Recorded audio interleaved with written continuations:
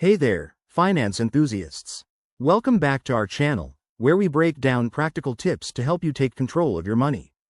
Today, we're tackling a common question: how to connect your bank accounts to Pocketguard, the awesome budgeting app that keeps your finances in check.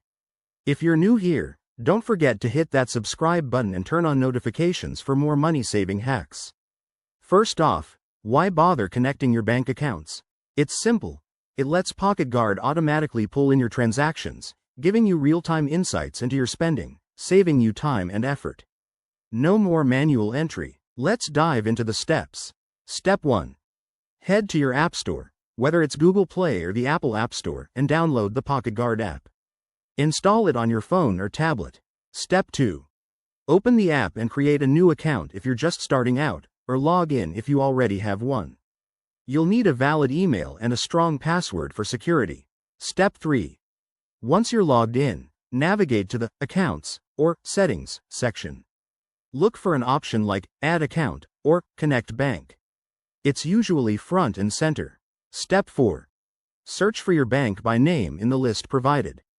Pocketguard supports a wide range of banks, so yours should be there. Step 5. Enter your bank login details securely. The app uses top-notch encryption, so rest easy, your info is protected. You might get a prompt for two-factor authentication, like a code sent to your phone. Step 6. After entering your credentials, hit Confirm, and let the app do its thing. It might take a minute or two to sync your data. If you hit any snags, like login errors, double-check your details or reach out to Pocketguard's support team. They're super helpful. Once connected, you'll love how Pocketguard categorizes your expenses and helps you stick to your budget. There you have it. Connecting your bank accounts is quicker than you think. Give it a try and watch your financial management improve. Thanks for watching, and if this helped, give it a thumbs up and share it with a friend. See you in the next video.